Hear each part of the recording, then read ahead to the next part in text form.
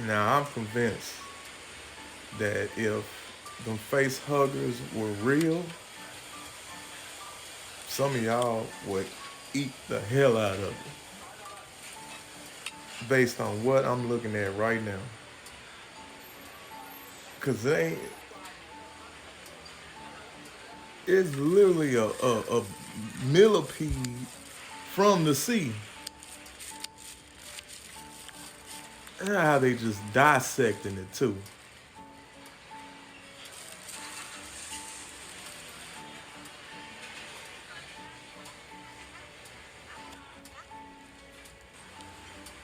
I mean, just digging all up in the insect too, and then just putting it right on the plate. I'll leave y'all comments on the comment section.